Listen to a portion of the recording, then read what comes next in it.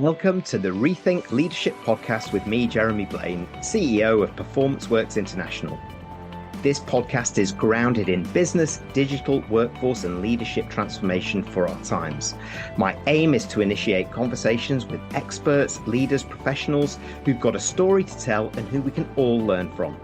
Please subscribe to my YouTube channel or simply go to performanceworks.global to access all the episodes to date. I'm sure you'll find something of interest.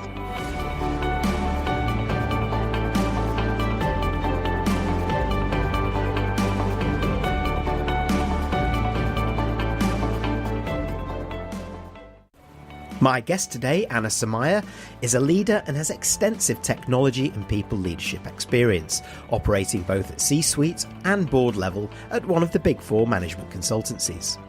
She's won a number of external awards, notably in digital transformation and for her work in inclusion and diversity. In fact, most recently, her work in tackling gender diversity in technology saw an increase in female headcount from 26% to 46% over a 5-year period in the company that she used to work for. Her programme, established at UK level, was then expanded globally and is being used across a number of countries. She's a strong voice advocating a level playing field for all. She believes that diversity, equity and inclusion is not simply a construct to right an imbalance, but it's an untapped superpower that all businesses have the potential to tap into. She's here today as she believes that unless more is done to get gender parity in technology, then we're going back to where we were, even decades ago, or possibly worse. Let's hear more. Hello and welcome to the Rethink Leadership podcast with me, your host, Jeremy Blaine. Today, I'm joined by Anna Samaya. Anna, thanks so much for joining me. Please introduce yourself, a potted history of your really impressive career, and what sparked your interest in technology. Yeah, thank you. Good morning, Jeremy, and thank you. Actually, this is my first official podcast, so really looking forward to it. Let me answer the question, what sparked my interest in technology first. So I remember the first time my father brought home a really chunky laptop. It was one of those old-fashioned bricks, Jeremy, if you remember. And I was absolutely fascinated by it. I mean, he would spend hours punching in numbers, and I remember learning how to make a simple line or inputting some data. And I do remember him saying to me, you know, this machine is going to change the world. And I thought at that point, you know what, I'm going to get more curious about it. And I started pulling apart different machines and things like that. And also I started to take up information technology and business studies. And that's really where my career started 27 years ago. So I'm a technologist through and through. Most of my career has been spent in the automotive industry, really, right across the value chain from R&D, manufacturing. I also spent time in Formula One and then across sales as well. And really, throughout that career, I've been a technologist, but I've also moved into management. I've deeply got involved in business transformation and also learned a lot about culture as well. For example, Formula One taught me about succeeding in a really high-pressured environment and the importance of really reliable, high-quality IT.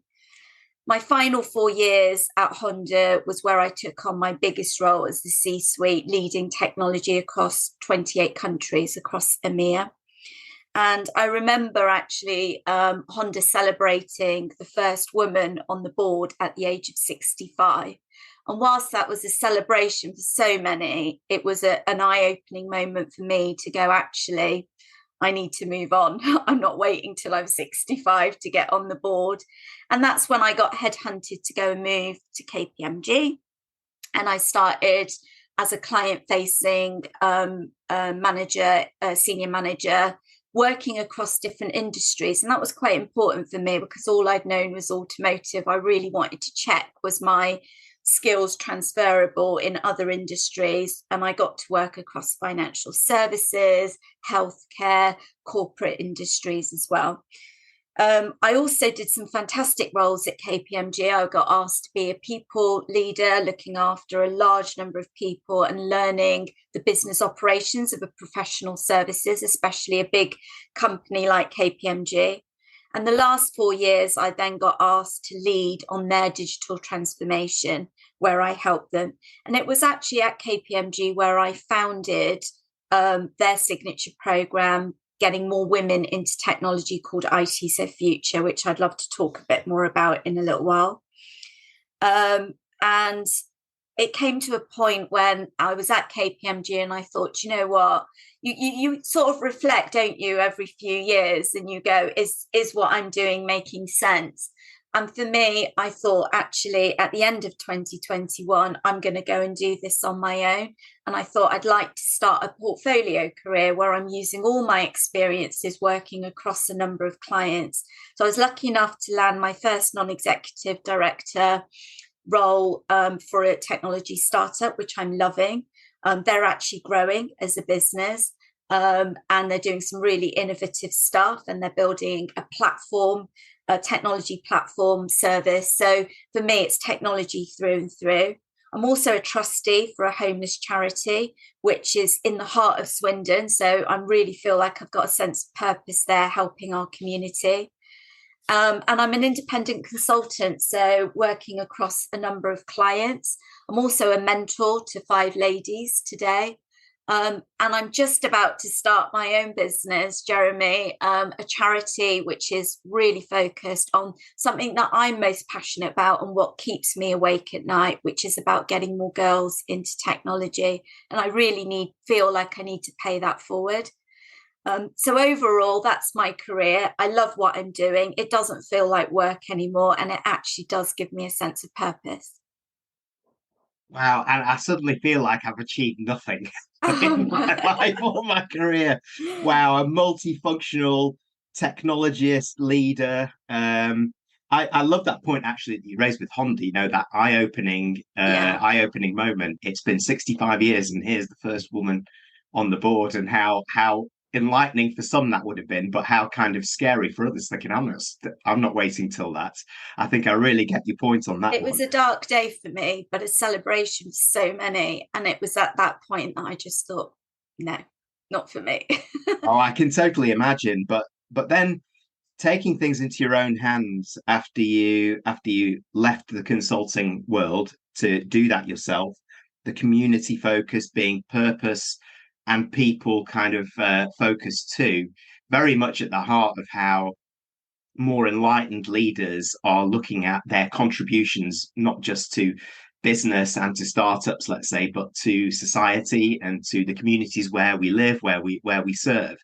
So maybe we'll go into that in a little bit further later on, your charity. I'd love to find out a little bit more about that. But I'm more interested in that point about the 65 years to the first woman on the board point, and to ask you now then, if you take that kind of to one side and then just let's consider everything else, where are we, do you feel, in the journey to gender parity in technology particularly, and why do you think this is? Yeah, do you know, I think there are many organizations doing amazing things. I mean, you see all these award ceremonies, don't you? I've been part of those award ceremonies where every year organizations are doing fantastic things to getting more women in technology. But honestly, despite decades of progress towards workplace equality, I think women still remain woefully underrepresented in the UK's technology workforce. I mean, if you just look at the numbers, you know, we've got 47% of women in the labour workforce today. Only 26% of those are in technology, and 5% of those are in leadership positions within the tech industry. And the big worry for me is the imbalance doesn't seem to be kind of being readdressed. If we look at university figures, there's still just a very small number of women taking up computer science at university.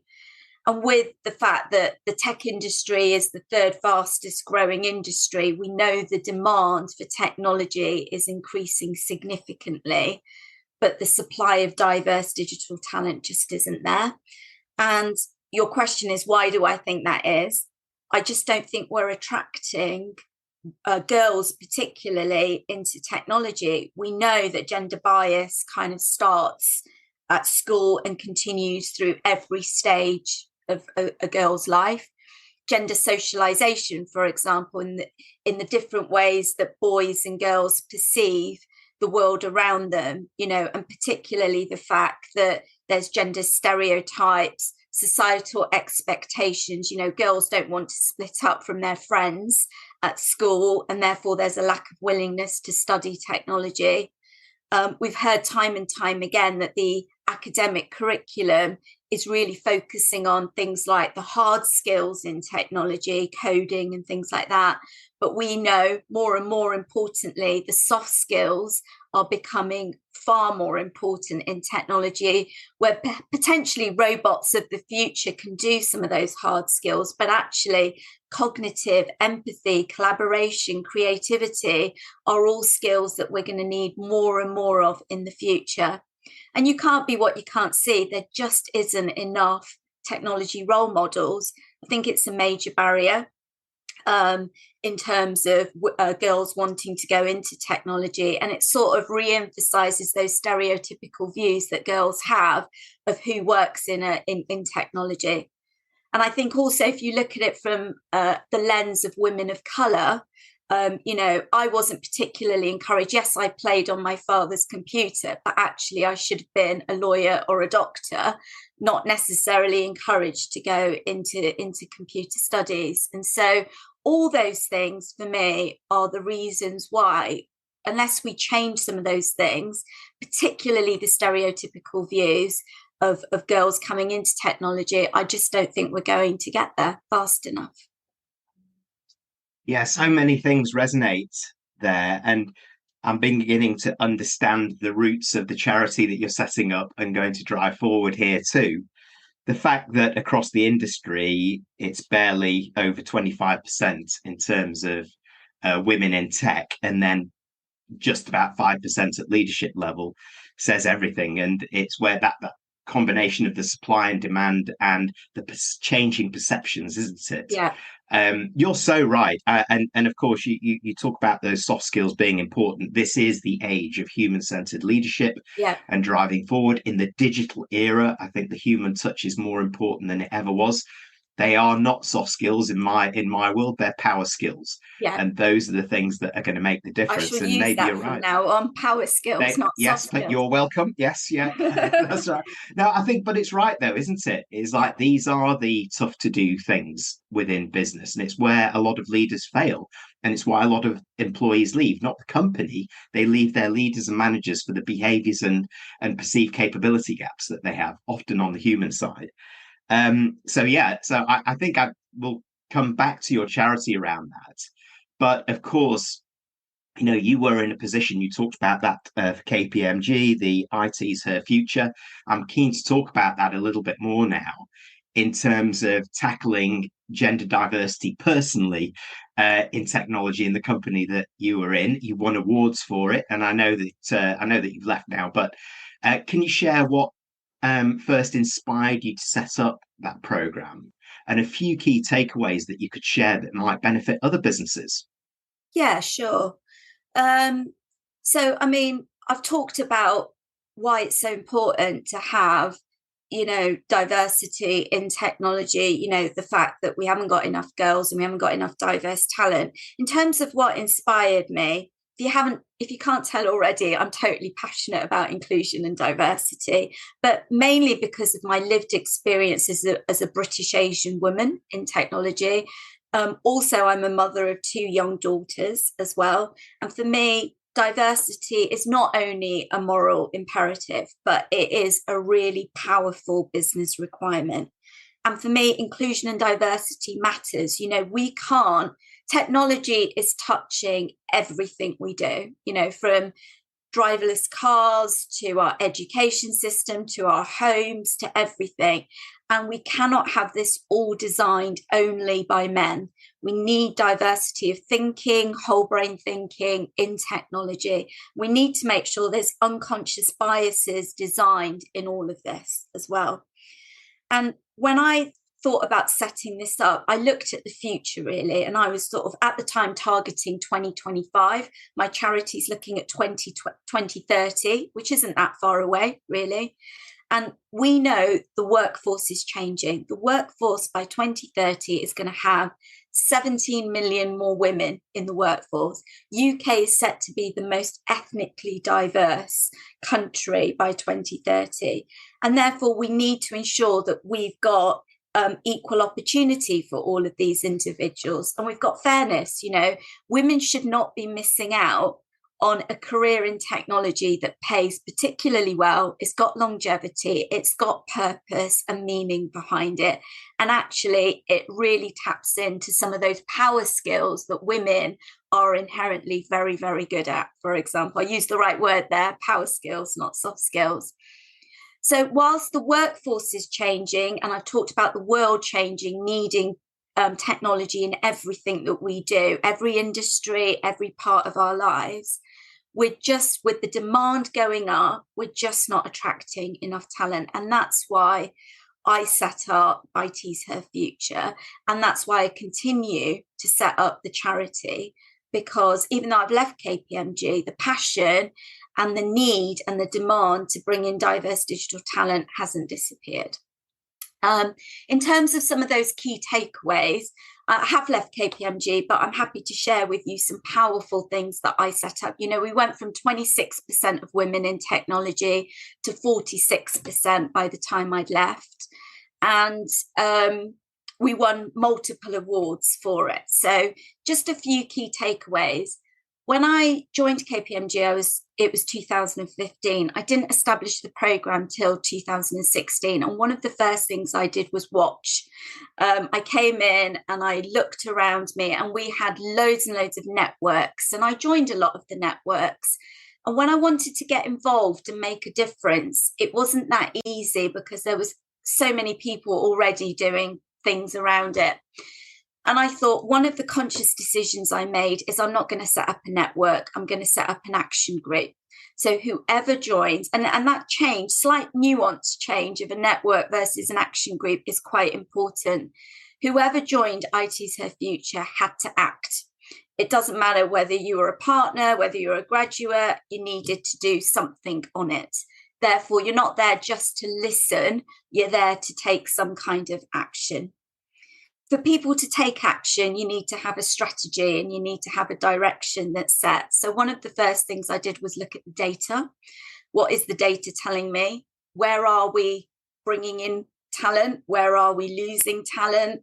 What is the feedback in terms of our surveys, our employee satisfaction surveys telling me? And also I did a lot of interviews. You've got to remember that minority data doesn't always tell you enough. You need to interview to get the hearts and minds of people and really appreciate what's really going on the ground. Through that data, I could see that actually the program needed to go right across the life cycle, the way we attract, recruit, engage, promote and retain women, not just as a portion of it. As quickly as we were bringing women in, we were actually losing a lot of women, particularly at that manager level when they're thinking about lifestyle changes. So the processes we looked at was to overhaul our graduate program, overhaul our experienced hire from vacancy to onboarding, put in programs like a structured mentoring program. Most people invest in mentoring programs and then they die of death after a couple of coffee chats. If you don't follow up on the anonymous feedback that you're getting, that data of having those monthly mentoring sessions, they tell you so much about how females are feeling about the organization. What are they not confident in? What more encouragement do we need to give them? So using that data actually helped us put in a lot more information and programs around it. To get a program off the ground, the firm is not going to give you hundreds and thousands of budget. You need to do this on a volunteer basis. So you need to get people to buy into your strategy and your purpose. And millennials, we know, don't just want to work on a 9 to 5 job. They want a sense of purpose. They want to make a difference. But equally, you need to empower these millennials. So one of the things that I did was really go on a massive campaign to bring in the millennials, our new graduates that had just joined the firm, to come and help me with this program, but equally give them some kind of empowerment and a safe place to practice lots of skills that they wouldn't necessarily do on client facing. At client facing, they might be taking the minutes or a PMO activity. Actually, in this program, they were leading work streams, they were negotiating, they were learning how to be influential and strategizing. So lots and lots of things. And I think it's also really important that you don't try and do everyone's job. We have a recruitment team, we have a marketing team, we have a corporate social responsibility team. My program is the voice of women, but it's there to almost say one size doesn't fit all. Let's work together to make sure that we change processes and challenge status quo. But guess what? Recruitment, you're going to have to make this sustainable and operationalize it in across the business. So don't try and do everybody's job. Make sure the men are your biggest allies and they're really behind you. Make sure it's in everyone's scorecards. From partners all the way down to graduates, and you're recognizing the difference and the contribution they're making. And then finally, it's about celebrating successes, really showcase those role models, tell those stories of people that are working flexibly, really celebrate the contribution through putting nominations through on these award ceremonies and making sure that we really celebrate that both internally and externally. Hopefully that gives you a few tips and tricks that worked for KPMG and would work for other businesses as well. Well, I think it's more than that, Hannah. It's a fabulous blueprint, in fact, for success. And I go back to almost the very first thing that you said in response to this, which is underpinning this with a mindset that diversity is a moral imperative and it's also a business driver. It drives that fairness through the business. Nobody should be missing out on this. And what you achieved there in boosting the numbers in the organization speaks for itself, because from what you were saying towards the end there, it was measured from day one. Everybody was involved. You understood that male allyship to advocacy was really important as a driver in this as well. You understood the audience that could take this forward to make it so action orientated, and how it fit into modern business in terms of being purpose driven, but far more driven by an age of empowerment within our organizations. The power is not just in the hands of the few or the one. So there's some amazing things there for organizations that are struggling with this or have a big opportunity in this to really have a checkbox if they listen and then move forward with it. And I'm sure they'll want to get in touch. So very happy to help any organizations on that as well. I am actually helping a couple of organizations with their diversity and inclusion right now. And, using my experiences, I'm very happy to help anyone that reaches out. Yeah. Well, and I'll capture your details at the end here, Anna, as well. To pick your brains then on that, what else can we do, in your view, to motivate more women into technology? And what more do you want to achieve in this space? Yeah. Oh, gosh. Do you know what? I read an article, Jeremy, that said it's going to take young people over a decade to get over the pandemic in terms of, education that they've missed out on and earnings. It's quite difficult for young people to remain enthusiastic with everything that's going on. So I think, therefore, it's even more important for us to show young people, particularly women, the opportunities that are available to them. And that's why I keep harping on about technology as a sector. It is the way out of poverty for a lot of people. It is the way forward for a lot of people to sort of get back on track in many ways. And I won't give up. I'll continue to work hard until I encourage more girls to take up this opportunity that's presented to them. They need real role models. So anyone listening to this podcast, if you're in technology or business, Go and talk to your schools, your local schools, go and do an assembly, for example. Give back as supporters of charities or mentors or something, because that's your opportunity of sort of paying it forward. We know technology is really a diverse and can be a very vibrant industry. And I think the biggest thing we need to change through all these mentoring and talking in assemblies and charities is that this stereotypical view that tech is not for girls. It's been found girls as young as the age of 7, Jeremy, are already sort of showing disengagement with technology and STEM subjects. There's so many misconceptions out there from, tech requires constant hands-on programming and it's only for men. Well, yes, it does. If you want to program, if you want to do some of that, you can, but it's also has many other careers in technology. I haven't personally programmed since the age of 18, for example, and yet had a very successful career in technology. There's perceptions around technology requires a 4-year degree and ideally a STEM degree. Some of the most rising stars in KPMG came from the classics, the arts, and the languages. They didn't come from a STEM background. So we need to broaden and open our mind to that. And there's this misconception that tech careers is only for people with certain backgrounds. All of this is not true. Your background, your grades, your qualities, they only limit you to the extent that you allow them to. And let's not forget some of the most tech professionals out there, like Bill Gates, Elon Musk, Michael Bloomberg, and Mark Zuckerberg. They've all come and achieved massive successes despite failures, not completing education and not coming from a tech background.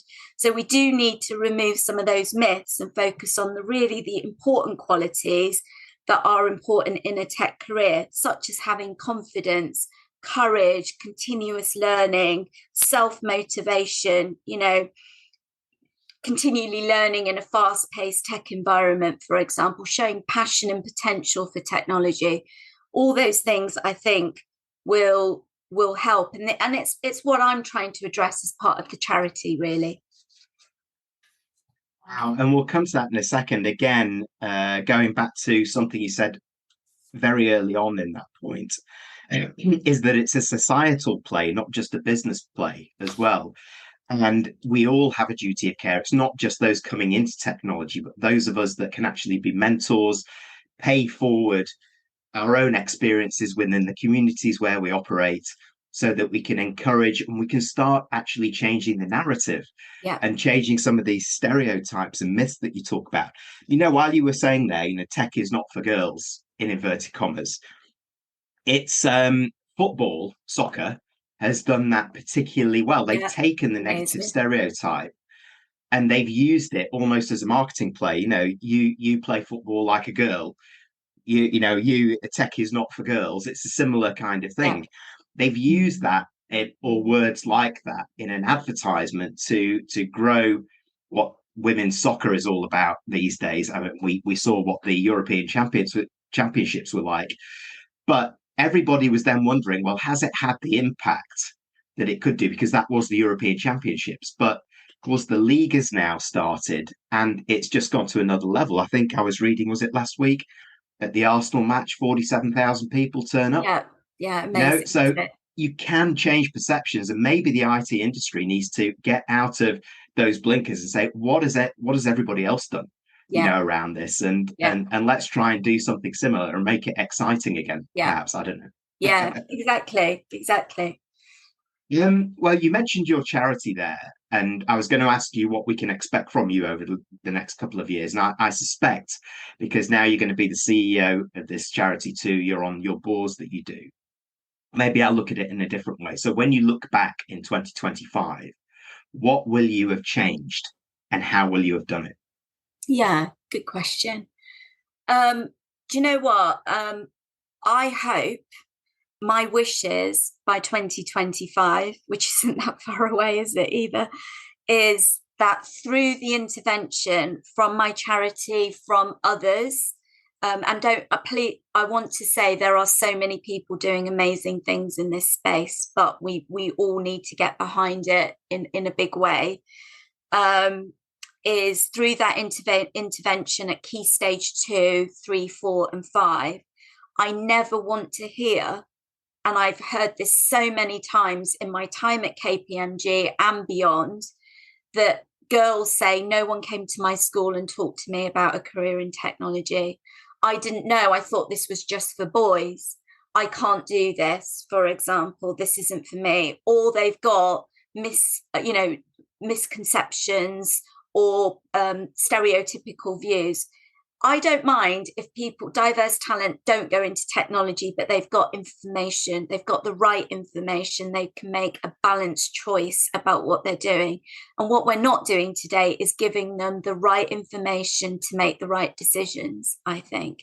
It's all based on perceptions and misconceptions, and that to me has to change. So that's what I hope by 2025, through the work that I'm going to be launching, the charity's DiversIT-Talent, and supporting others. A lot of my colleagues around me are doing some amazing things in this space, that we really sort of change that view of that. And then if we still haven't tackled it, well, that's a different conversation. But right now, we're not doing justice by our young children, and particularly girls, by not giving them the right information. And I do think that businesses are the ones crying out for the shortage of talent. I think it's businesses out there that need diverse talent in technology. And therefore, I really think businesses need to get behind charities and organisations that are making this difference, be front, centre and back behind it, really.